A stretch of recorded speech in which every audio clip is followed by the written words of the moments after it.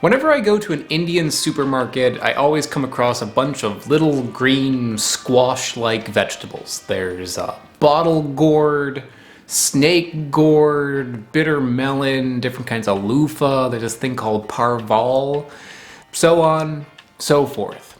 For years, I've ignored these because although they are botanically fruits, I know that they're gonna taste like vegetables. They're gonna taste like a squash. They're not gonna taste like anything like all that interesting. So I've put off making a video about these little green fruits. However, some of them are hiding secrets, and today I'm going to talk about one that is very interesting, the Tindora. That's this one. What are you hiding? Well, here's a hint. The scientific name for this fruit is Coccinia grandis, and that literally means big red. Red because when this ripens, it turns a vibrant red color. And big because it will grow to a more than adequate 4 inches. I have seen this for sale 1,000 times, and I had no idea that this actually turns red when it ripens. No clue. I only found this out recently when I was in Thailand.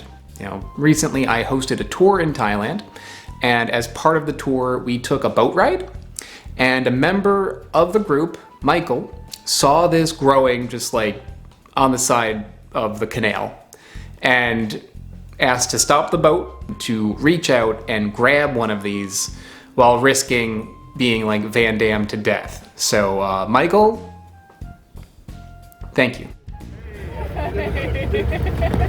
We've got some true fruit explorers in this boat right now. Jumping over the canal. Hold that up, Michael. What is that? What is this? I don't know what that is. So thank you for your efforts, Michael. You can eat the Tindora when it is ripe and when it is green. However, when it is ripe, it becomes very, very delicate, very, very soft. So you will never see this for sale ripe at a market, or at least very unlikely. And we found that out firsthand because Michael picked it and was being very careful with his bag, and it still exploded. So I felt like I would pass on eating this, but Michael took a try of the exploded fruit anyway. So these are the ivy gourd. Typically they're used while they're not ripe, and they're used in a lot of Indian cooking. And they are a vegetable, so they're vegetable gourd. But these are red. I thought they were really pretty, so let's find out what they taste like. If they taste like anything. Yep. It tastes like a fruit. It tastes like a fruit? Yeah. What kind of fruit? It's very mild, very watery. How do I describe this?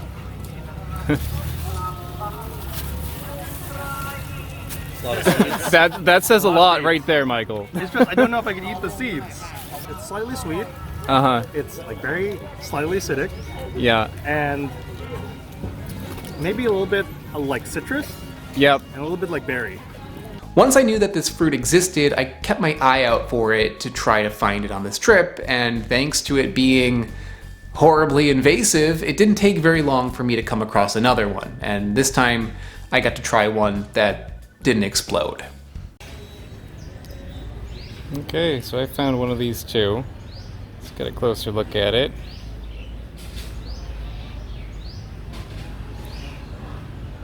Has no smell.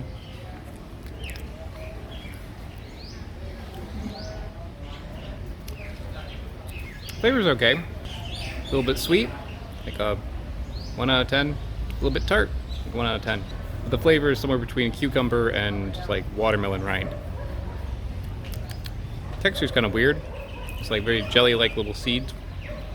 But, looks cool. Both the ripe and unripe fruits are edible. So now that I have the ripe one, let's try the green one.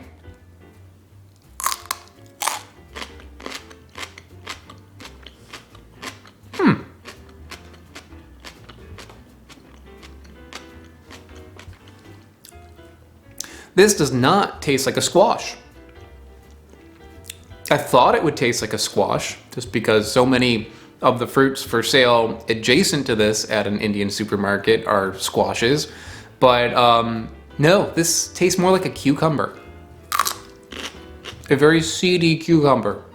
It's maybe like a little bit more vegetal, a little bit more green tasting than a cucumber, but it mostly tastes like a cucumber. It's got like a sweetness to it the same way that a cucumber does. But more notable about it is not the flavor, it's the texture. This, well, let's do a little ASMR here. It's me flicking it. Like that sound? It's tough. It's actually tough. You know, despite the fact these things explode when they get ripe, when they're underripe like this, when they're sold green, they're actually quite firm.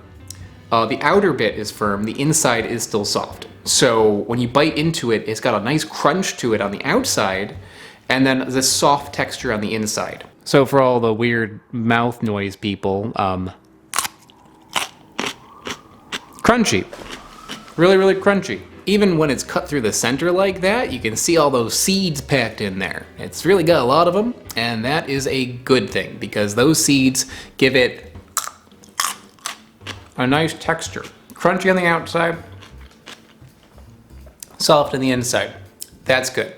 However, despite the fact that I can see a lot of use for this raw, it's not normally consumed raw. Usually people cook it and they make something called a sabzi out of it. I have one right here.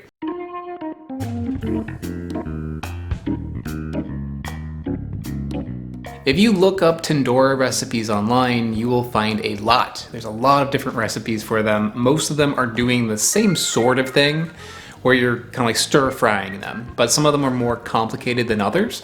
I chose a particular recipe because it seemed very simple and it involved things that I just happened to have in my cupboard at the time. And that is from whiskaffair.com. I took the Tindora, I washed it, I cut off the ends, I cut it into fourths, put it in a bowl. I heat up some vegetable oil in a wok, added 1 teaspoon of cumin seeds, 4 dry red chili peppers, 1/4 of a teaspoon of hing. Hing is a very funky spice. I recommend using only a little bit. Don't overdo it with the hing. I put 2 chopped green chilies in it, a handful of curry leaves, and I let that cook. Next, I added the Tindora and then some dry spices, including 1 teaspoon of coriander powder, 1/2 teaspoon of turmeric powder, 1/2 teaspoon of smoked garam masala, which I got from a Sri Lankan market. Roasted garam masala is good stuff, but you could use regular garam masala as well. I also added 1/2 teaspoon of salt. I covered the wok with a lid that was too small for it. Very important that you do that. Lowered the heat down to low, and then I let it cook for 15 minutes. Once it finished cooking, I added 1/2 of a fresh lime, and there we go.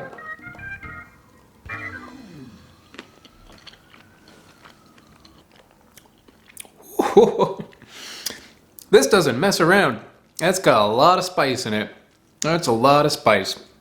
I actually kept out some of the spices because it just seemed like too much chili pepper.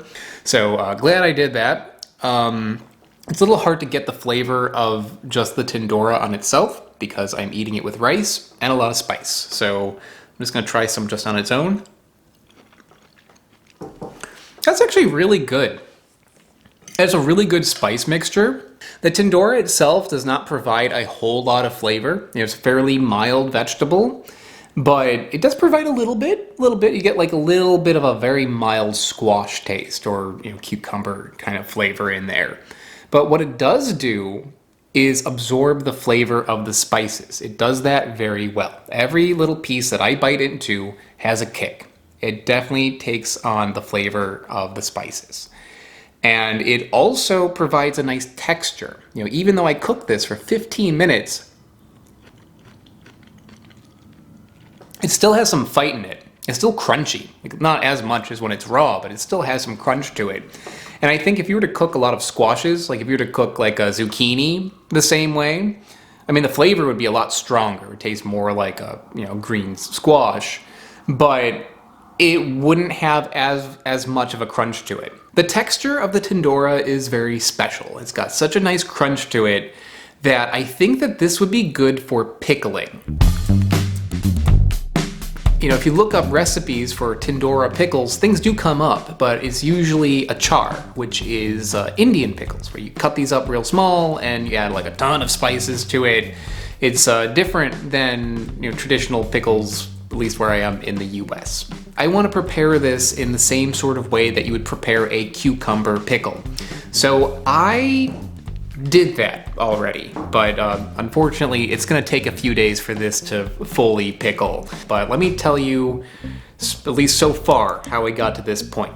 In order to make this, I first made a brine by taking a half cup of water, a half cup of apple cider vinegar, a teaspoon of salt, and a teaspoon of sugar, and let that boil. Then I took a jar of which I added a few sprigs of dill, a clove of garlic, a half teaspoon each of Panch Pour-In Mix, which I made a while back in my elephant apple episode, whole coriander seeds, whole black pepper seeds, and a few allspice berries.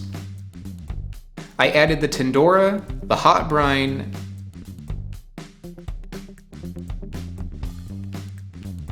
and then I let it sit lightly covered until it reached room temperature. And then I threw it in the fridge. This has been in the refrigerator for just 1 day. And if I were to make cucumber pickles, I would give it like 3 days. For this, because that rind on the outside is so thick, I think it's gonna need at least a week. So I'll see you in a week. Bam, okay, so it is now pickled. It's been in the fridge for about a week.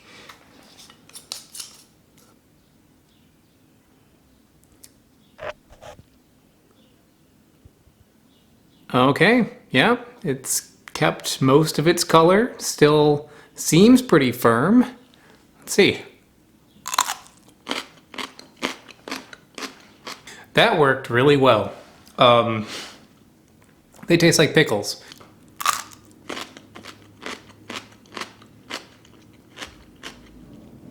The big difference though, crunchy. I am very happy with how this turned out. I think I maybe would tinker with it a little bit in the future. I think maybe I would cut the tips off either end of the Tindora. That way more of the brine can get in. Because it's maybe a little bit milder than I would expect it to be. But they still have flavor. They still have the flavor in there, and that flavor is good. It tastes pretty much the same as a cucumber pickle. You're mostly getting like the flavor of dill and spices in there. That works really, really well if you're going for a nice, crunchy pickle.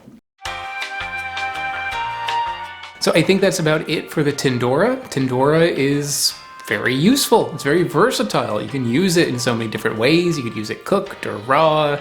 Pickled works extremely well. And you could use it in 2 different stages, unripe or ripe. People don't usually use the ripe one. It's not nearly as common, but I can think of like a few ways you could use it. It might be interesting to make it like into a sauce. Be a fun one to experiment with at different stages of ripeness, but even if you just find the unripe ones, it is definitely something to check out. So I think that's it. Thank you very much, everybody, and I will see you all next time. I would like to give a big shout out to Justice. Justice is a super patron over on patreon.com, and this is how the channel happens. So thank you very much, Justice, for your support. For anyone watching who is interested in learning more about how you can help support the channel and get some really cool stuff in return, I will put a link below that will take you to Patreon where you can learn more.